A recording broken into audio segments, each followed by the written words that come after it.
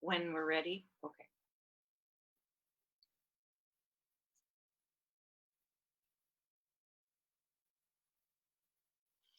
All right. I think we're live.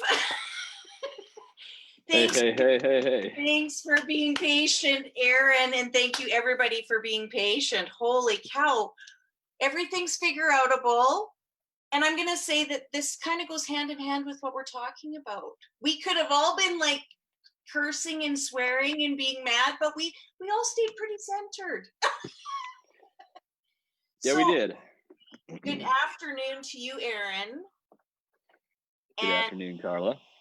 I am going to let you introduce yourself. I'm going to share and then we'll get started. Okay. So introduce myself now, you're saying? Yeah, go ahead. Okay, I'm Aaron Raber. I'm from Orrville, Ohio. My business is from there. I live in Worcester, Ohio. And been on a bit of a journey here over the past 5 years. Actually, a kind of a crazy journey, to be honest. I own a spray foam insulation company called Spray Foam Solutions. Started that in 2009, middle of a recession there. And it's grown to a significant size, servicing the area here. Have about 12 team members. And so that's a big thing I'm excited about, passionate about. But beyond that, I'm very passionate about just development of myself as a human being and becoming a better person. Been passionate about a fitness journey over the past number of years, and I look forward to discussing, what that's looked like for me, and if anything I can share can help someone else, that's what I'm here for. Right. And I wanted to say, I enjoy your videos that you've been posting, and I share them when I catch them. Sometimes they come up like 2 or 3 days later. I don't know why, but I'm always like, how did I miss that? Because it's always good. And I wanted to touch base on that thing that you said earlier, as you started your business in the last recession. Yeah. So I guess that might be something to talk about a little bit to get started. How did you, and I know in one of your videos you did touch base on that. Yeah. You did talk about that. So how did that come to be? Well, it was sometimes I believe all things that happen are meant to be. But I was in construction, and I'd watched my income shrink over the past year, 2 years. We were building custom homes, spec homes, and just had nothing to do. Had 3 homes on the market for sale, nothing was selling, and had no idea where to go. And I had the opportunity to purchase a spray foam rig from a relative that lived in another part of the country. And I saw a possibility of a better future. I was stuck. I was depressed. I was at a dark place in my life, but I saw hope. And so I pursued that, poured everything I had into it. And I never looked back. And failure was never an option. So it's just been a journey of growth since then. Mm-hmm. I have invested deeply into business coaching to help myself become the better leader that I could be. I've really credited a lot of that to that, and having a growth mindset in the business, that's to me the biggest thing. Is as men, we tend to get stuck in our head and think we know how to do things, know the right way of doing it. Yeah. But be willing to accept help. I would say the biggest thing I've taken away from all that. Right. So how did you find somebody? I guess that would be, how did you find somebody to help you as a coach in your business? Because I don't know. I know that that's available, but I don't know if many people know that that's available. Was it somebody you knew, or was it somebody you found or referred to? How did you find that person or people? Well, I picked up a book called The E-Myth Revisited by Michael Gerber. Mm-hmm. When I started my business, I knew nothing about running a business. I knew nothing about what a business even was. In my mind, you just go spray foam and right. you have a business. Mm-hmm. Sell it, buy product, sell it for markup, and you got a business, right? Yeah. but I read this book and talked about creating a business, a sustainable something that runs without you there. And that really intrigued me. And then at the same time, my brother was in a business, and he also, and he invited me to a class that he was going to be taking, a 12-week business class. So that was how I became connected to my first coach, was through an invitation from a friend. But there's business coaches, I mean, all over the place. The past 4 years, I joined something called a Vistage group, which is a CEO group. There is a maximum, I believe, of 18 members allowed per group. And that has been, so every month I meet with, I think there's 16 in our group right now, 16 business leaders. And we discuss one person's business in particular, but each of us can bring up any issues we have. Then we have a chair or a coach that's the coach for the whole group yet. So I mean, there's a lot of options available out there. It's, it's not cheap. I invest, I think it's $1,400 a month in that program, but it's paid for itself thousands of times over in profitability and also ease of mind. And just, I mean, I run a business of, 12 employees, and I work about average about 30 hours a week currently. And I'm hoping to cut that down to about 20 hours a week as I move into this new part of my life. Right. So you touched that on before you started that, but you were coming kind of, I don't know if you said you were coming out of a depression or you were in depression kind of in that arena. So I wanted to talk about that as well, because as we were talking through our technical difficulties before we got live, we were talking about how women have, that's more of the face you see when it comes to talking about depression. And I think it's more men are stepping up and talking about it openly. And I think that's an amazing and very important thing. So can you talk a little bit about that? Sure, I'd be glad to. So I don't know how detailed to go into my background story, but I will say I was raised in a very conservative environment where there was a lot of dogma around black and white rules. You do it this way, you don't do it this way. Depression was something that was viewed as basically you were depressed because you have sin in your life and and so it was a real no to even talk about. You wouldn't want to admit you have it. You may be put into church work, asked to repent by the church, and it was a very, so I had a pretty upbeat life despite everything there. In our early married life, we lost our first daughter, 2 days of age, and that completely dumped my world upside down. Absolutely. And I had I'm talking about we as a couple, but I talk for myself here. I had nowhere to turn for help, for support, for dealing with the trauma, the grief of it. And that was kind of really the start of my downward spiral. It went dark and got darker. And that was 2007. 2 years later, I had the opportunity to start the business. And it looked like hope in a dark time.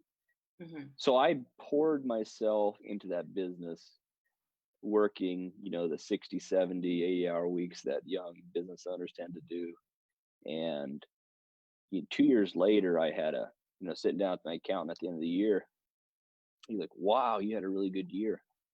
And I was completely burnt out and so tired. And I was like, "This is a good year." I mean, I looked at the money I'd made, and when I started, I thought, if I could make X, I'd be happy.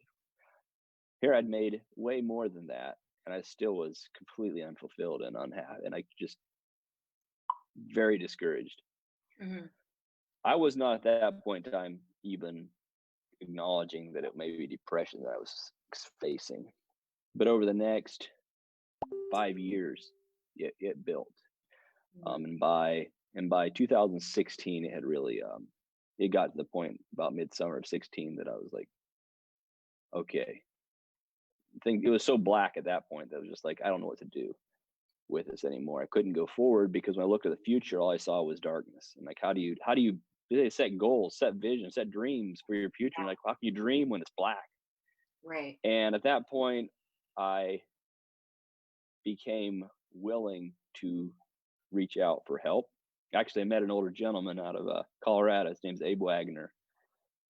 Just a marvelous old guy.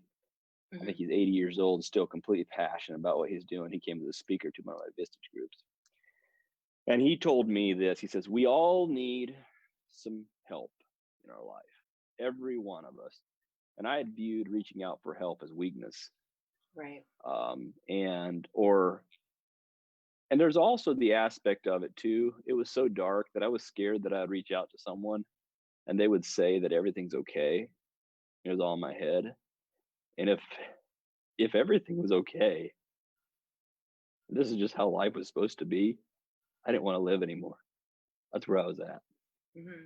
So I was scared to reach out for help from that angle, but I did.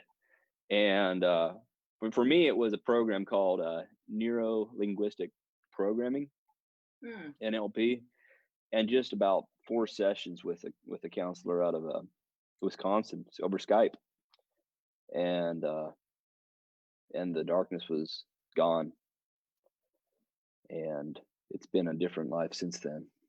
Hmm.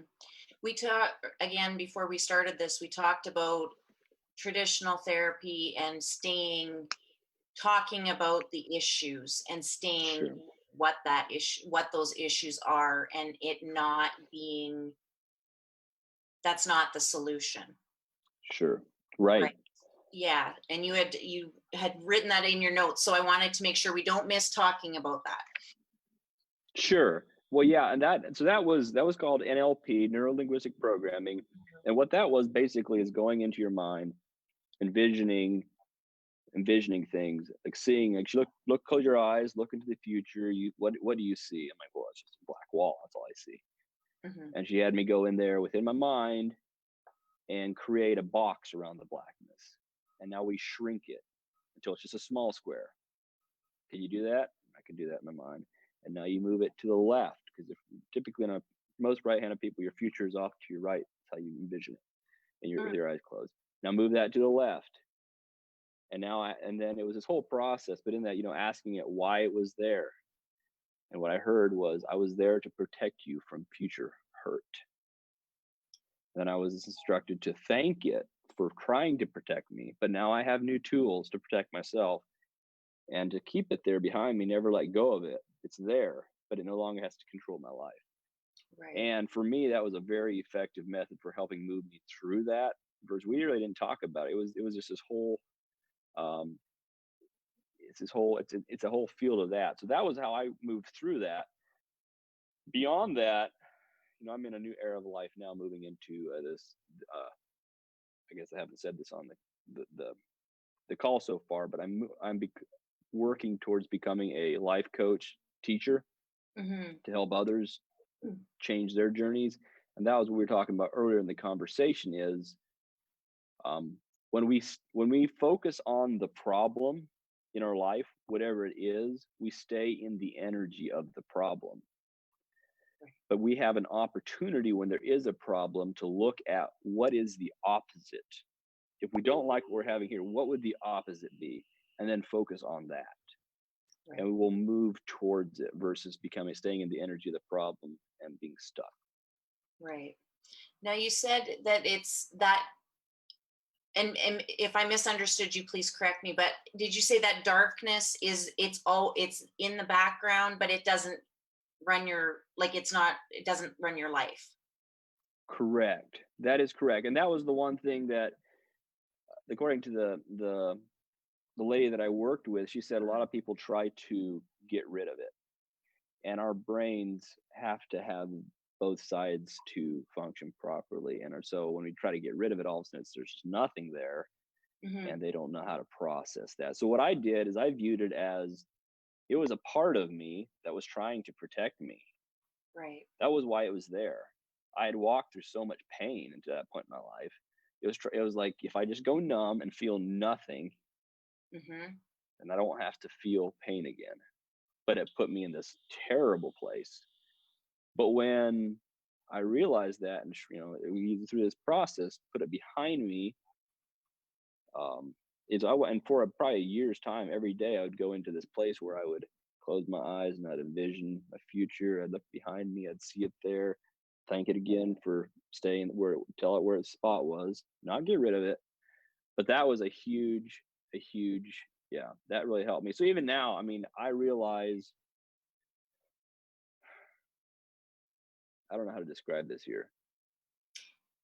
Sometimes it's hard to explain something when you've gone through it, but yeah. I would see, I don't like to say, I would never say, so in a term of let's take addiction to a substance. I don't like to use the term I'm an addict. Mhm. I would prefer to say I was addicted to a substance. It was a fruit, because when we put labels on it, like I was depression, because I've heard people say once you're depressed, that will always be there to come back and haunt you. And I Right. believe there's freedom to move beyond Mhm. and live completely above it, where we never have to go back. I have no plans. I will never go back into that again, Right. because I have tools today that will help me live above it.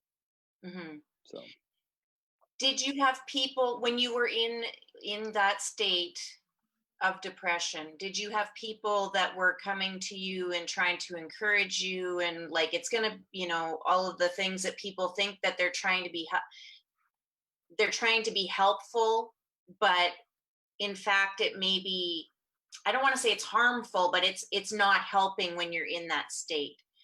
What were some of the I what are some of the things that people do when somebody is in that state that actually are not helpful rather than being helpful, in your opinion?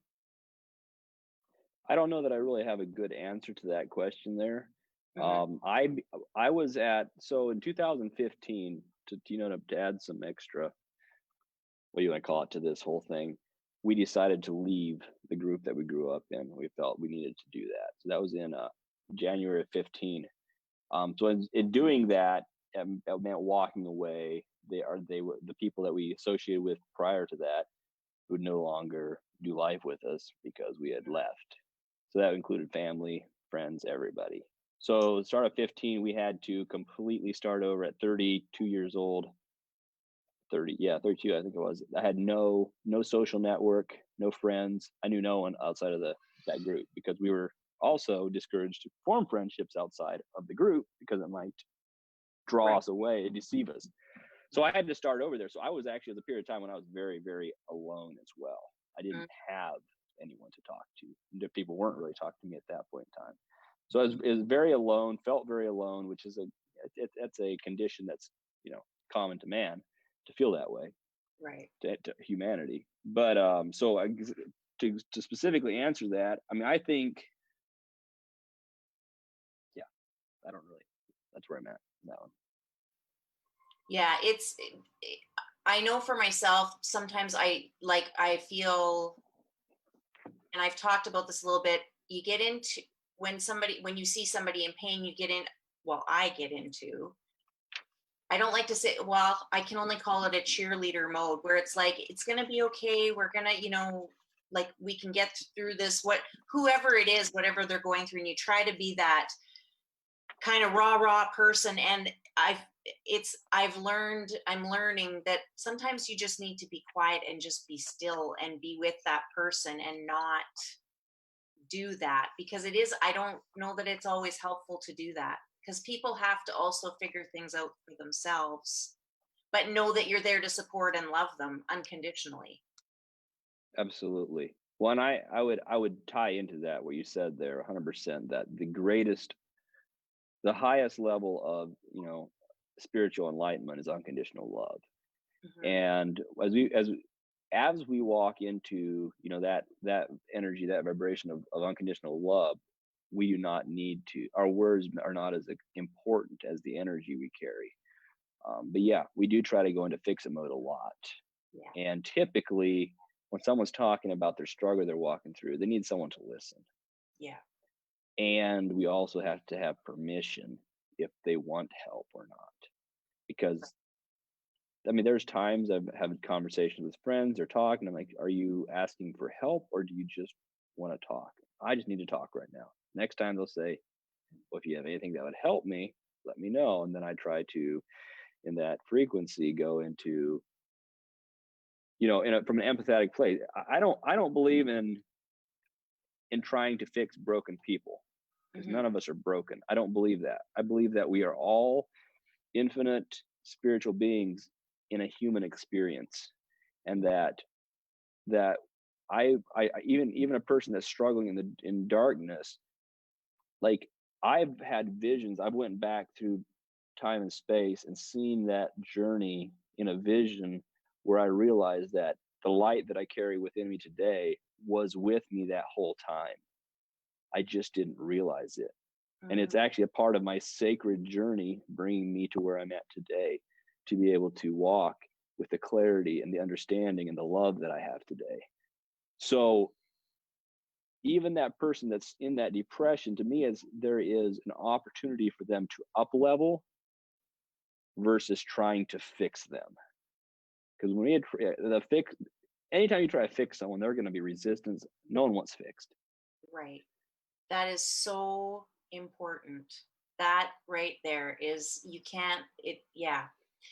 That's it- and that's I think the human nature is generally you want to run in there and fix the problem. Like, I can help you, I can fix you. No, they're not, Yeah, like you said, they're not broken. correct. Yeah. And it's a very masculine energy to try to fix things. Well, that's how we're wired. We really are wired to. I mean, your wife comes, she's like, I got to talk to no, this is a problem, whatever. And we're like, oh, well, just do this. That's not what they're wanting at all. Yeah. And that's how but we tend to approach life in general that way. And it works well in, in certain aspects in business, Mhm. possibly in other places, but there's places where one of my biggest things I've had to learn over the past 5 years is how to listen. Mm. Yeah. And part of that is, I believe, in my early days, talking was a defense mechanism for me. I could talk. I don't have a problem talking. And so if I, oh my, okay, I thought they were going to put a limit on us here, but they waived it, so we're good. Yeah. um, so it was a defense mechanism. So because of that, I would just talk and talk and talk, Mhm. and had to learn to listen. Yeah. And That that's one of my things that I am working on too, is it became, I think, because as when I grew up, if there was silence in a room and there was there was a group of people, you talked to fill the silence, because there was yeah, that uncomfortable, like, everybody's just sitting there, like, we should be saying something. So it became a habit of mine to just, like, talk about pretty much, I can talk about nothing and sure. be endlessly talking, but I've had to, and I'm definitely not a pro at it, but I'm trying to be more observant of listening over talking, and trying to give, if somebody's, like you're saying, are you just needing to talk, or are you needing some advice, or help? And it's learning how to be that person to do that, and it's hard. Absolutely, it is, and it's anything that's. I'm not telling you anything new here, but anything that's worth doing, typically, it is hard work. It's often simple, but it's hard. Right. It's real work. Yeah. So let's talk a bit about men and emotions, because that's a topic that we need to talk about. And because men are raised, or it's taught, I don't know, but it's that if you're showing emotions, that's kind of almost like a weakness, is the kind of the vibe that I get.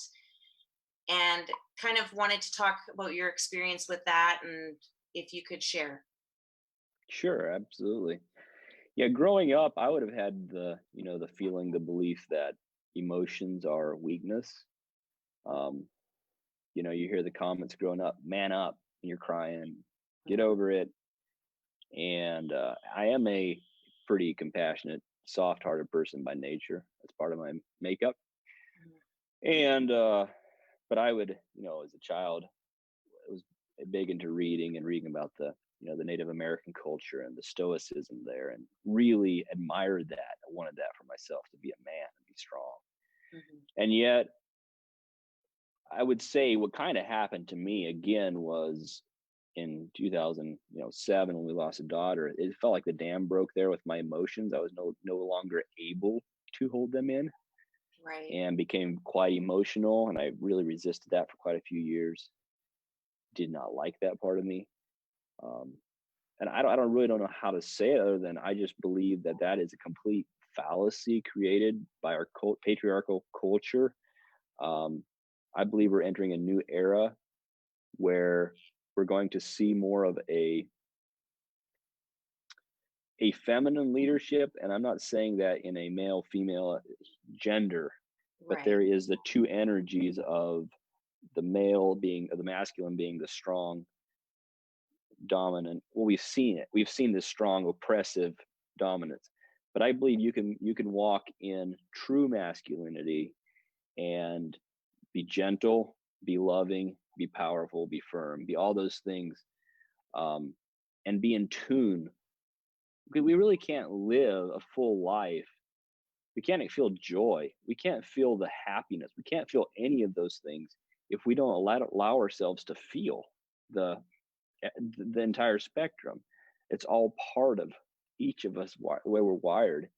And so that I'm starting a program in next week, and it's about that male masculinity, true masculinity, gentle, strong, what that is. Really excited about that. I feel like I probably even have a better answer for that question within 3 months from now. Right. But Yeah, I mean, that's the thing. It's that balance. I don't know that there is. I know we had Corey Bose, who you know very well, was yeah, on. I forget when Corey was on, but it was a couple of months ago, I think. And his group, and he was talking about healthy masculinity yeah, and how his group, that's what they do and talk about and grow together in that. And I think that is so very important because there is so much wrong. You guys are, you know, there's a lot of things you guys have been taught, and it's put on. I feel like it's a burden, honestly, that you guys have got this burden that you've got to be this strong, tough, whatever, manly man, and you can't be soft, you can't be gentle, you can't be almost, you can't be loving, and all those things. And it leads to so many issues and so many problems. it really does. Well, and that's the thing is, every one of us as human beings is a blend of both the masculine and the feminine energies within us. Mhm. And there is the soft, the the gentle touch, that all that is very, yeah, it's just a very real important part of everyone. Now, again, there's different measures within every different human being. I mean, Mhm. there's women that have a very strong masculine energy they carry, and that's not good or bad. Mhm. Biggest thing, so that really brings up a topic right there, as we're talking about that, about being in judgment. I think the most toxic place we can be is when we're in judgment of ourselves. Mm. Typically the thing that we're judging ourselves for is not as bad as being in judgment. That So I'm working on the quantum level with this spiritual coach that I'm working with. Mhm. I hope these headphones hold their charge. But and that's the thing is, we have a spectrum of, we are energetic beings. Now Mhm. this might go over some people's heads. I'm gonna have to try. See if this works. Yeah, I can hear you. You're good. I'm still here. Okay. Yeah, my headphones died on us. So we are energetic beings, and everything operates on a frequency. Mhm. All matter is energy. We have joy, happiness, love. All those things are high vibration, high energy. Then we have grief, sadness, sorrow, the depression. All those are a very low vibrational frequency. And judgment is a very, very low energy as well. So we live and operate in judgment of ourselves. We will be stuck in this low energy place. which that is what happens when, so we see that potentially, you know, what we perceive as weakness within us, and we judge ourselves for that because it's you know, the softness, the gentleness. Not only now are we fighting that, we're putting ourselves in a compromised place where we're operating now on a low frequency, which is not going to move us towards the goals that we want to have, the happiness, all that. So that's a very brief summary of it, not in depth at all, but Right. And the group that you're starting next week, are you like, it's your group, or is it a group that you're joining? it is a group that I'm joining. Oh, okay, got it. Yeah. And my hopes is to, through this group, it's a men's group. Mm-hmm. It's a 3-month program, but I'm also hoping to take this program, implement it into, blend it with what I've learned so far, and create potentially my own program and continue that to, it's about discovering your true authentic masculinity in a healthy way. Pretty much exactly what we've been talking about, counterintuitive to that harsh, domineering male energy, which is toxic. And then blending that with its sexuality, male sexuality, and moving into that fully.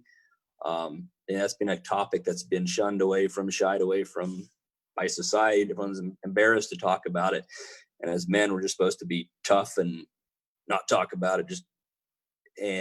So that's another part of it, a big part of it, that I'm hoping to help those that have come out of backgrounds where there's a lot of shame wrapped around that, and we can help them to walk into embracing who they are fully. Because we don't embrace who we are completely, and we shut down certain aspects of our lives, we can never truly live happy and fulfilled, I guess I'd say. Yeah, you've also done a fitness journey in this same space. You just posted recently before, like 4 years, was it 4 years ago to today? Yeah. So did you start, and it's CrossFit that you do, correct? It is CrossFit. Yeah, I do. It's a little bit of a blend of CrossFit and some powerlifting on the side. Oh yes, yeah. Right. Yeah. Did you start that kind of simultaneously, or was it you were already doing that and started the personal development and that journey, or were they at different times, or? Yeah. So we in December of 2016 was when I would have met with the counselor that really helped set my mind free. Mm-hmm. But it was, I think, in that first picture would have been taken in the late summer of 2016. Mm-hmm. But I didn't start my fitness journey till I ran a program at that point in time and lost some body fat and felt pretty good about that. Now that was that first picture. Yeah. But it really didn't stick, and within 6-8 months I was ready, not doing anything again. And in about September of 2017, my wife said, "Hey, I'm done with this. I'm going to go to CrossFit. You coming or not?" And I said, "You going? I'm going." Yeah. That's been my journey from then till now. And I would say it's mostly been CrossFit. I've done some lifting on the side, ran about 2 4-month programs, but it's mostly been CrossFit. And that the thing I would say about that is, fitness is a journey. Yeah. It's a lifestyle of fitness. Mm-hmm. And I always approached it in the past, I want to get in shape so I look good. I want to, if I do this here, I'll get muscles and that'll look cool, and I'll like that. I'll feel better about myself. Mm-hmm. But it was always this goal oriented. I want to bench press 200 pounds. I want to squat this. Once I hit my goal, now what? And it was always kind of, but I had this change in mindset where I realized fitness is part of a healthy lifestyle. And I'm committing to a lifestyle of fitness, like from now till I'm 90. I'm never stopping. Right. And so when I took away that aspect of it, this is just something I do. I don't know about CrossFit till I'm 90. It may be. There's people 90 plus doing CrossFit. But when I changed that, all of a sudden it was not like, well, don't feel like going in this week, because I do it, because that's what I've committed to. And I would say at the gym that I work at, I don't work the hardest. I don't work the most intense. And I say that in a way, but I show up, and I always show up. And there's weeks that I make it in one time, but I keep coming back and I keep going. And progress, I think it's a great example for all areas of our life. I heard John Maxwell speak one time about the rule of 5. And he said, you go out every day with an axe, and you take 5 swings at a tree. Eventually that tree will fall, no matter how big the tree is. And that's how I viewed it with my fitness journey. Is I've showed up and I keep showing up. And I've seen people come in, they go gazelle intense, they work out 5-6 days a week, they catapult past me in 3 months, and then 8 months later they get injured, they burn out, they're gone. Right. And you have to figure out what's sustainable long term. So my encouragement for those listening that are maybe wanting to enter that journey would be, and this is what works for me. We all have different wirings, but for my wiring, this works. Create easy goals in that arena. Don't set a goal to do 100 push-ups every day. Set a goal to do 20 or 10, because once you do 10, you're going to do another 10 or 20, or maybe you do 50 even, because once you get in motion, the hardest thing is getting started. Yeah. If you just drive to the gym, you'll put the workout on. Sometimes it may be just putting on the shoes. Okay, well, I got my shoes on, I'll go. Create simple goals that change, create habits that are, and then again, nothing worthwhile happens overnight. Remember that. People tend to look at, and that's kind of why I was glad that you posted that picture and the one you have now, and you said the timeline, because people look at the end. They look at the second picture and they go, oh, that's going to be me, and I can get that in like a month. And maybe you can get something in a month, but like you say, it's not, anything worth achieving is not overnight. Right. Like, I had a friend that we used to joke about, like, oh, I'm an overnight sensation. It only took 30 years in the making, but I'm an overnight sensation. Yeah, absolutely. Yeah. Well, and if you go to my Instagram, my fitness page, and scroll back to the start of it, you'll see some of those pictures where I did post some videos and pictures before and afters that were maybe 3 months in, 3 months in, 6 months in, a year in. And I mean, there was an impressive transformation, but I at that point there, it was the first picture, I weighed 165 pounds. I'm at 200 pounds now. That's 35 pounds of muscle I put on in 4 years. You can, I took off fat, I gained some muscle, but you can't put on, I mean, it just takes time to, if you want, I mean, it depends on your goals. If you're wanting to just go out there, get ripped, lose the fat you have, and you're not really concerned about putting on more muscle. Yeah, some of those are a lot shorter transformations, and the intensity does help those. My goal for myself is to become the strongest version of me I can be, and it motivates me to keep pushing that direction. So, it just depends on your goals, because I got friends, their goals are just simply to, be healthy, and they're not trying to put on the muscle like I am. And that's completely, I mean, it's not good, bad on any of it. It's just, you got to figure out what your goals are and then stick with the plan to get there. Yeah, exactly. It's, and don't get into the comparison game. Stick with what works best for you. Absolutely. Yeah.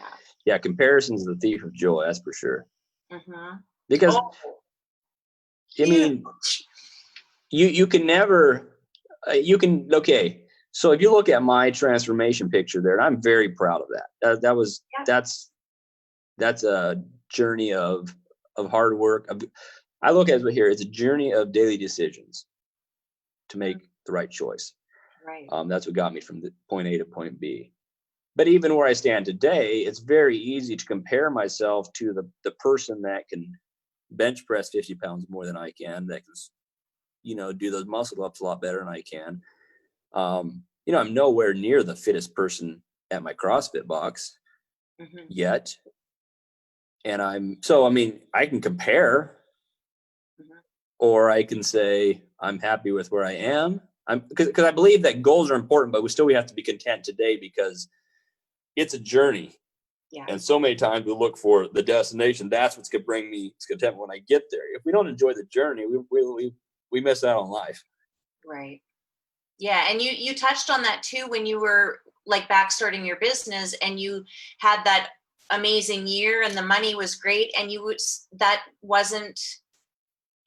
weren't satisfied. You weren't happy with that. It wasn't I think people have that often where, especially around money, is they're going to get to this place and they're going to be their life's going to be so much better.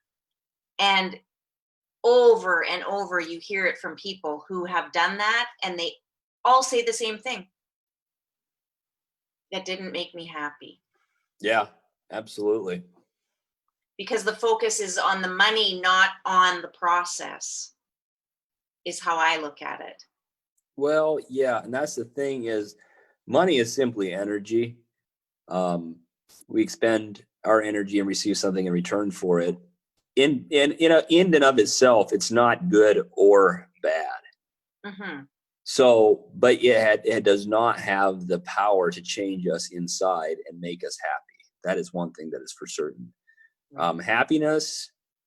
This is a phrase I heard recently here that it's one of my creeds that I've implemented in my life. Be where your feet are. Oh, that is a good and as simple as can be, but to me it was just, be where your feet are. That is the only place that happiness resides, is right here. It's not in the future, it's not in the past. The future and the past both are just energetic projections of our mind. They're not real, they're not tangible. Right here is the only thing tangible. So that's been powerful for me to realize that and to live in that. That's really good. That gave me a little chills. That is the simplest statement, but so powerful. That's crazy. Wow. Let me ask you this question. When and I don't know if this is something you deal with, but a lot of us deal with the battle of in our head where, those negative thoughts are coming in and, all of the, doubts and all that kind of can take over. How do you battle that? Or how do you I don't know what the right word is, not battle it, but how do you deal with that, I guess is the right word. Ooh, that's a good question there. Well, I believe, again, that we are energetic beings and that what we focus on is what grows. So I have personally written down, it's a star with my core beliefs, my core frequencies of what I believe my mission is. For example, I have, divine abundance is one of them. Divine education, divine service, unconditional love, joy, happiness, divine evolution and growth. And those are the frequencies I choose to live my life in. And so, for me, a powerful thing has been, meditation to keep myself grounded. But when I feel those fears come in, I ask myself, is this absolutely true? There is no other possibility here. And the question, and the answer to that is always, well, obviously, no, it's not 100% true. Then what is the opposite of that be? Could that be? And again, I was like in the start of the, pandemic. Am I gonna lose my business? Am I gonna lose my house? I'm gonna lose my truck. I'm gonna lose everything I've worked so hard for. Well, it's a fear, but is it absolute truth that I'm going to? Well, no. Then what's the opposite? Well, the opposite, what if I actually have a more prosperous year than I've ever had before? Well, they're both a reality, a potential. Mhm. And I was like, but the future's so uncertain now. My coach says, but isn't it true that it's always uncertain? Well, yeah, I didn't know this was coming 6 months ago. It's always uncertain. So has anything changed? No. So what do you get focus on? And so some of those things, I mean, I feel like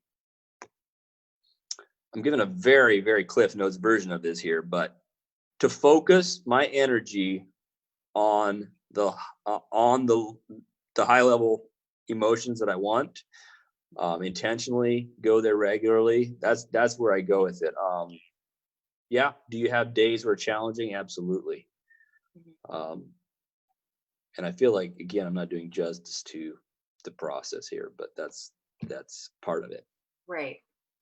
And you're working in an industry that is a pretty masculine filled energy wise industry. And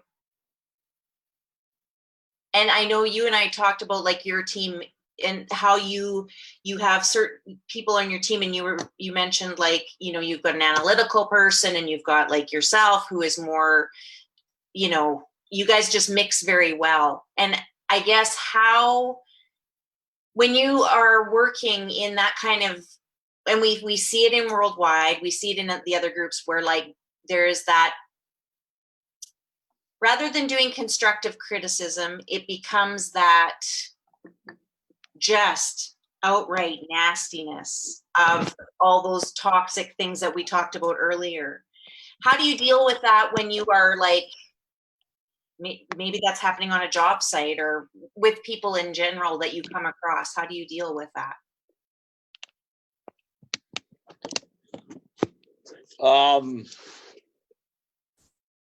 I again have chose to, I view like other people's negativity, that toxicity, as that's their own crap they're walking through. Right. It's not my reality. My reality is I am powerful, I'm enough, I'm loved, and that's the energy I choose to operate out of. And so when someone operates in that energy, I pretty much face it as they simply are not, that's not my reality. That's their reality potentially, but it's not it doesn't define me. It doesn't give. So I really choose to not focus on that at all. I'm an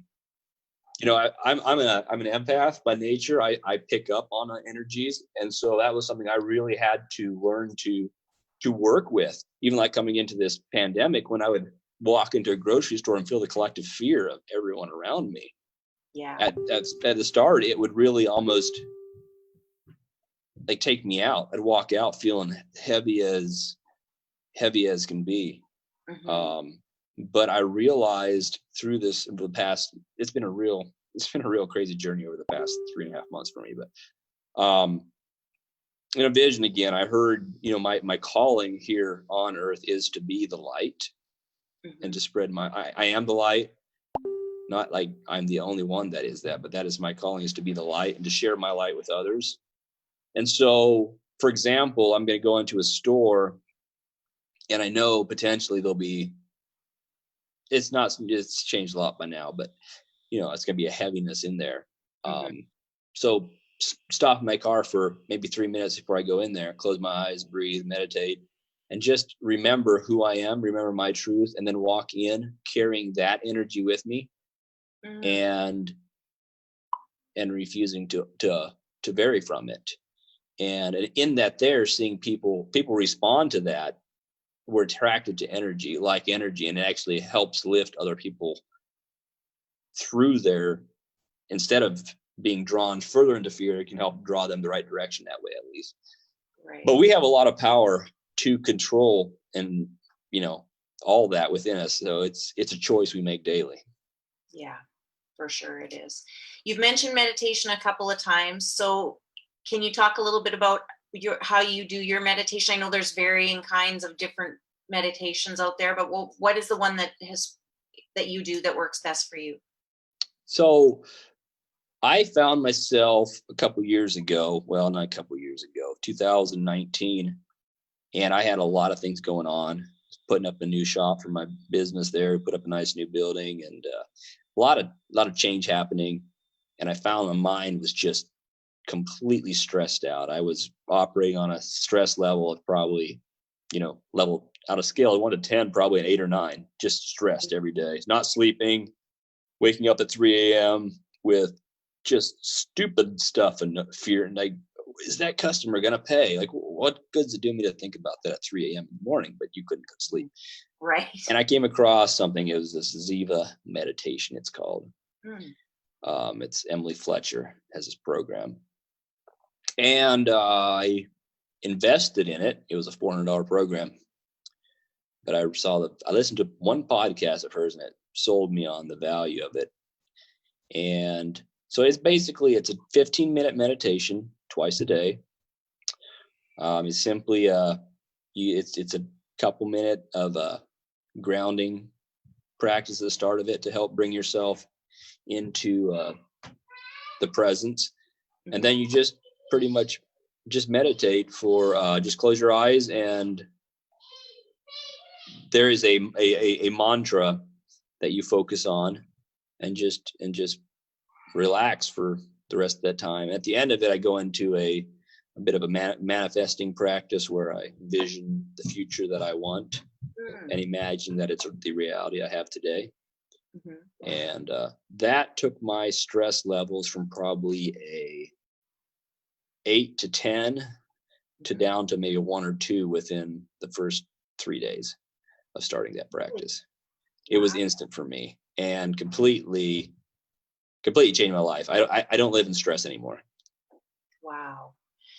That's the thing that I've had trouble with, and I've never invested in a program, but like just trying to that clearing your mind and being quiet and focusing on the mantra and being still.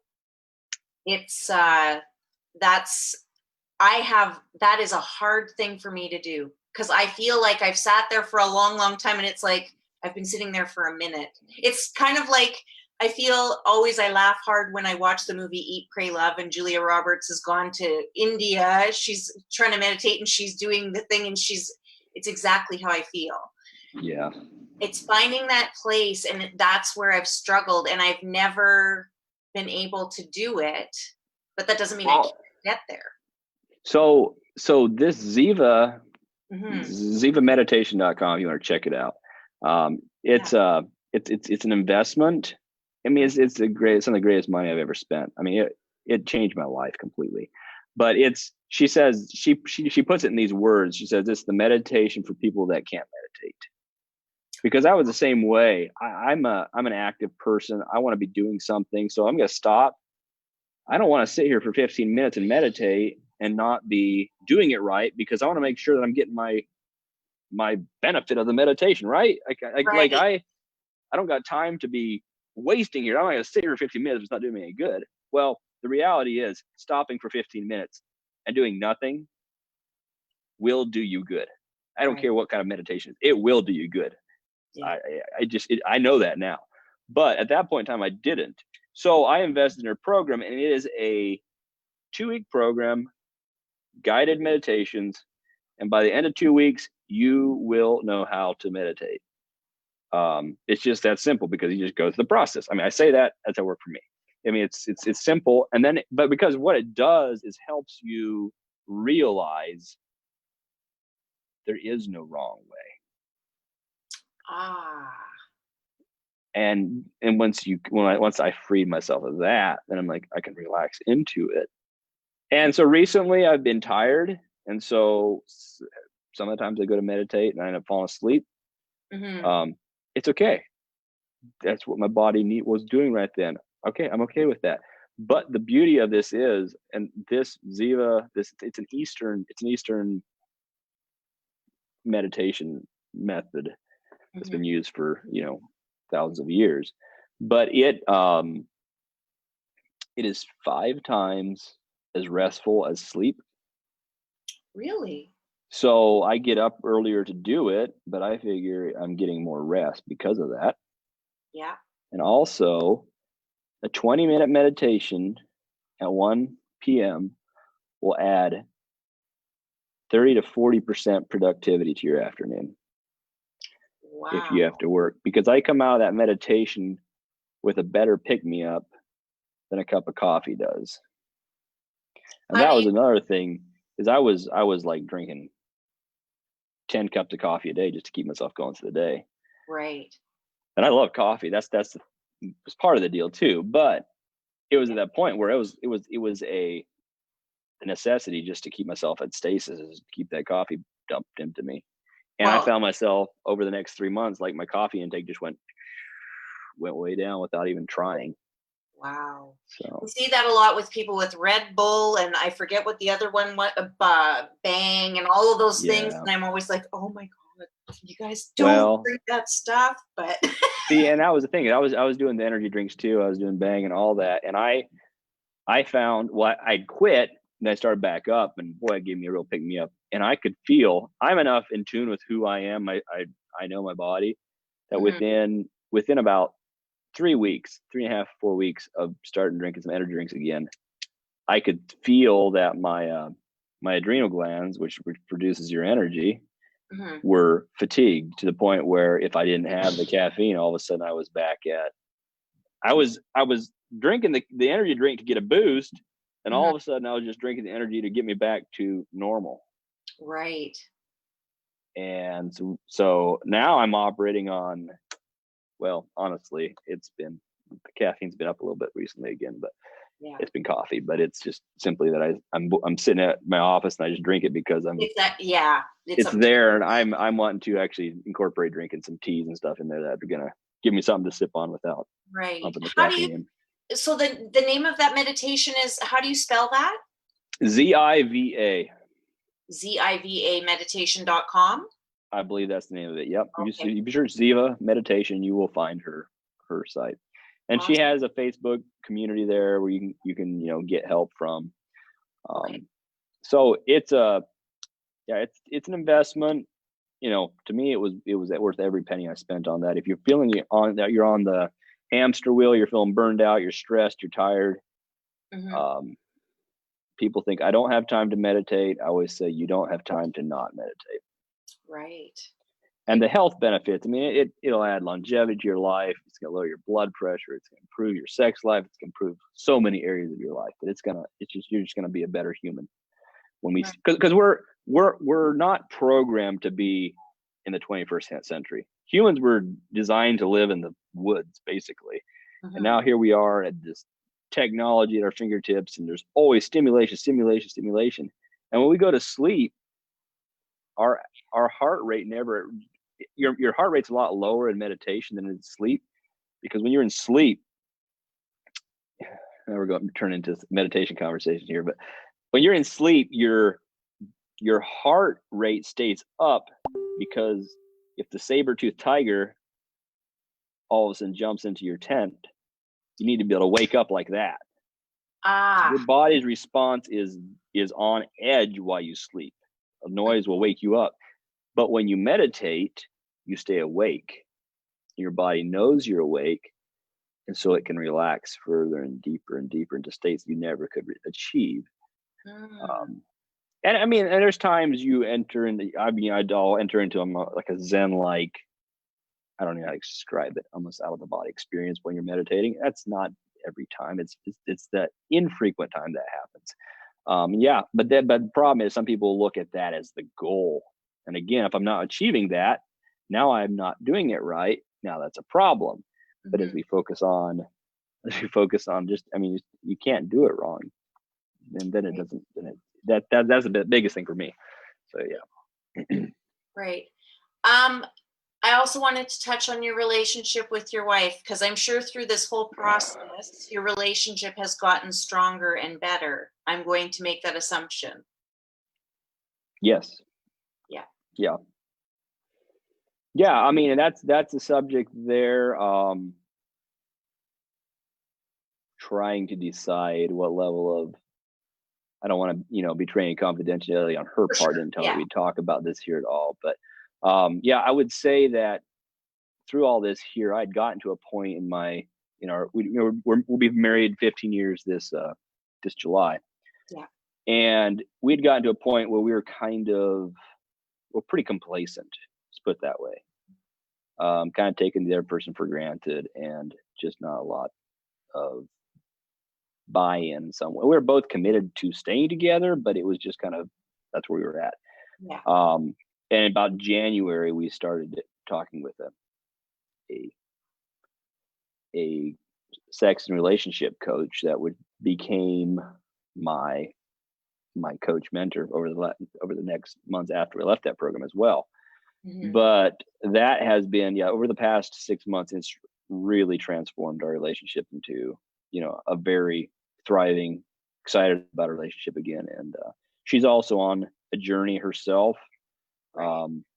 in this together, and she's becoming, a very powerful, enlightened woman, and I'm Mhm. very proud of her journey. I'm not going to go into that, but yeah, so it's been exciting to watch her transformation as well, coming from a very patriarchal, oppressive society into Right.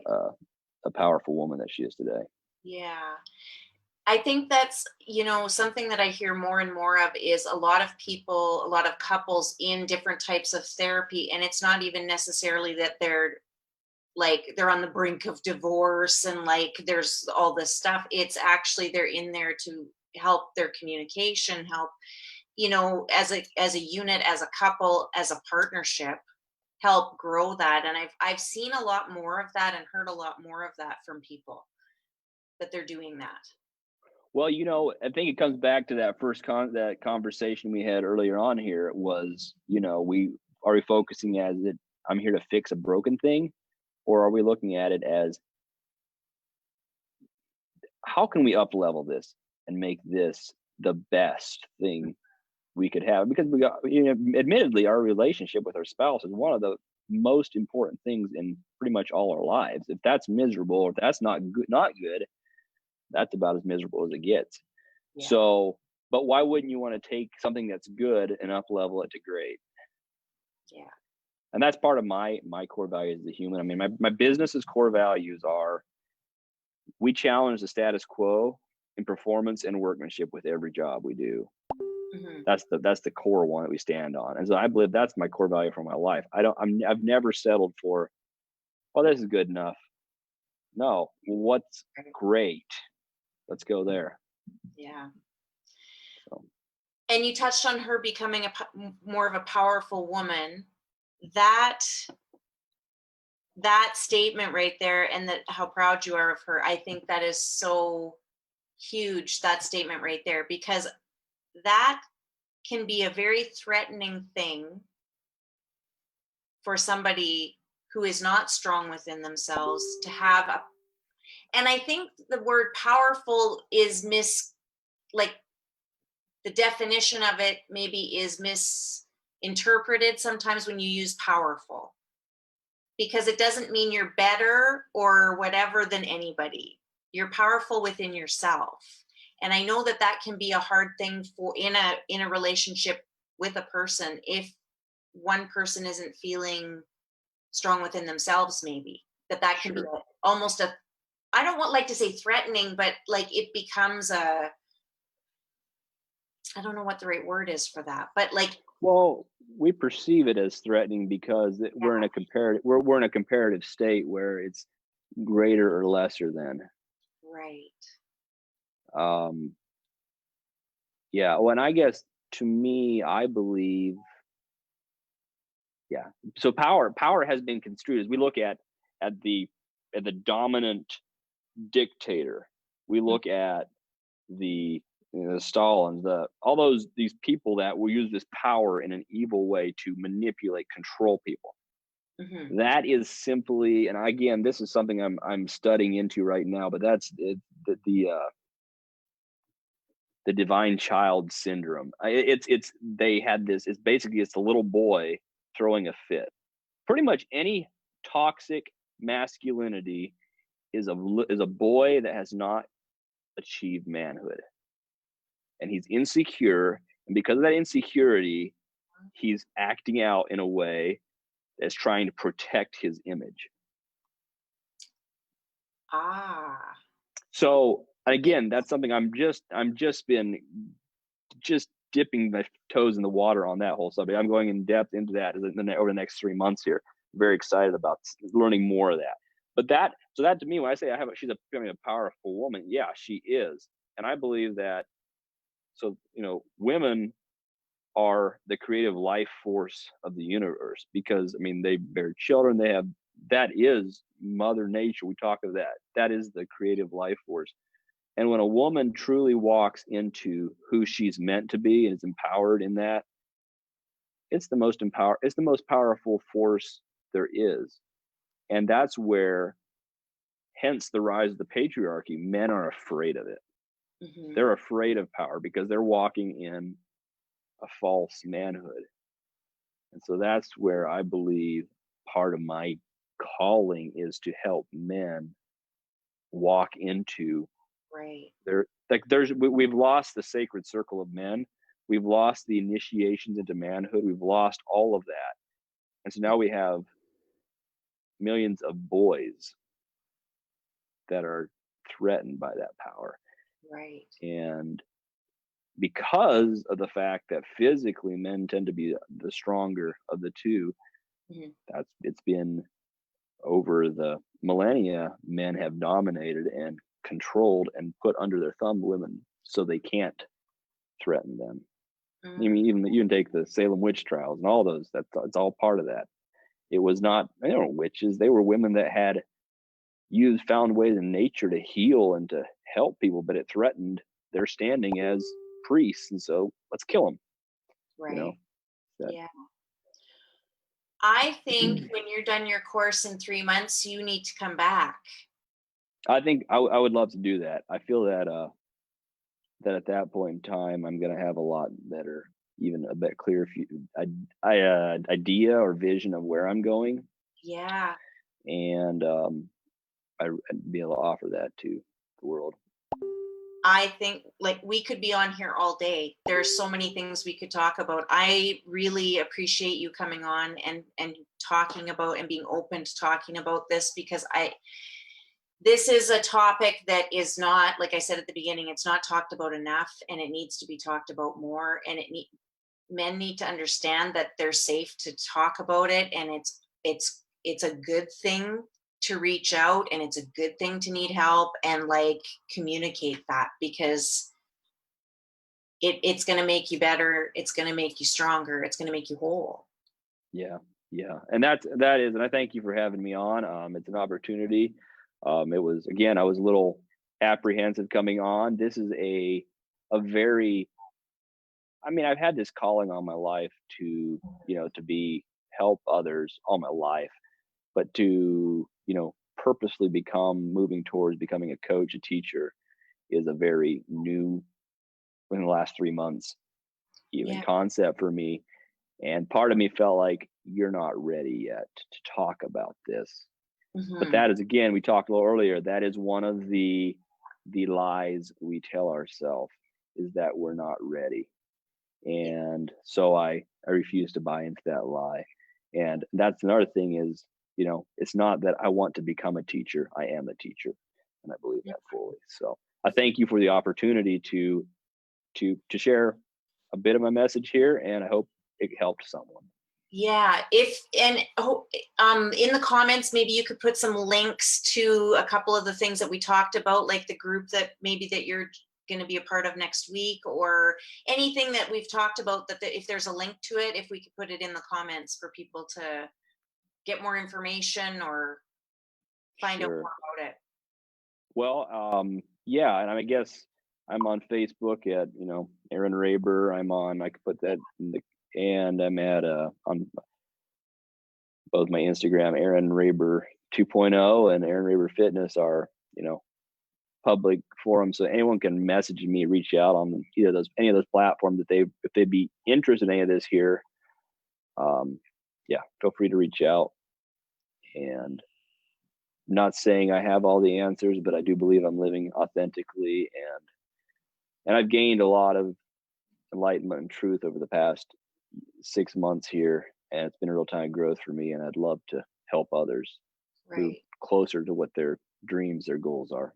Yeah. No, I appreciate it. And thank you so much for coming on. Is there anything else you want to say to wrap things up? I think that's it for Okay. now. I'm gonna make sure that this gets over on our YouTube channel as well. So it'll be over there so people can find it there if they weren't able to join us live. And again, thanks, Aaron, for doing this. And I appreciate it. There's comments, quite a few comments happening. I didn't want to kind of I wanted to stay focused on our conversation. So we'll go back through them and you can respond and stuff. So, but on that note, you guys, thank you so much for joining, and we will see you all next Saturday. Do something today, find a bit of joy today if you can, even if it's just for a few minutes. So, you guys have a great day, and we will talk to you soon. Thanks, Carla. Talk to you later. Bye bye.